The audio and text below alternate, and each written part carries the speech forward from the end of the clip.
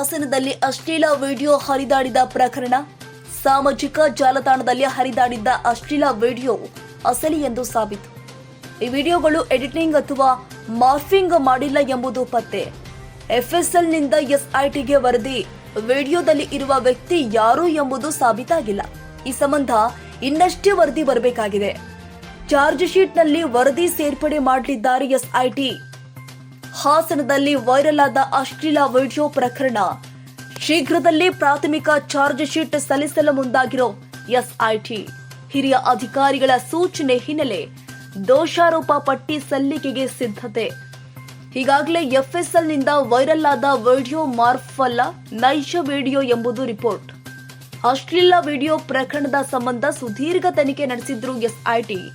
ಸದ್ಯ ಮುಂದಿನ 2 ವಾರದೊಳಗೆ ಚಾರ್ಜ್ ಶೀಟ್ ಸಲ್ಲಿಕೆ ಸಾಧ್ಯತೆ. ತನಿಖೆ ವೇಳೆ ಮಾಜಿ ಸಂಸದ ಪ್ರಜ್ವಲ್ ವಿರುದ್ಧ ಸಾಕ್ಷ್ಯವನ್ನ ಚಾರ್ಜ್ ಶೀಟ್ನಲ್ಲಿ ಉಲ್ಲೇಖ ಮಾಡಿದ್ದಾರೆ ತನಿಖಾಧಿಕಾರಿಗಳು. ಸದ್ಯ ಅತ್ಯಾಚಾರ ಪ್ರಕರಣದಲ್ಲಿ ಬಂಧನವಾಗಿದ್ದಾರೆ ಪ್ರಜ್ವಲ್ ರೇವಣ್ಣ.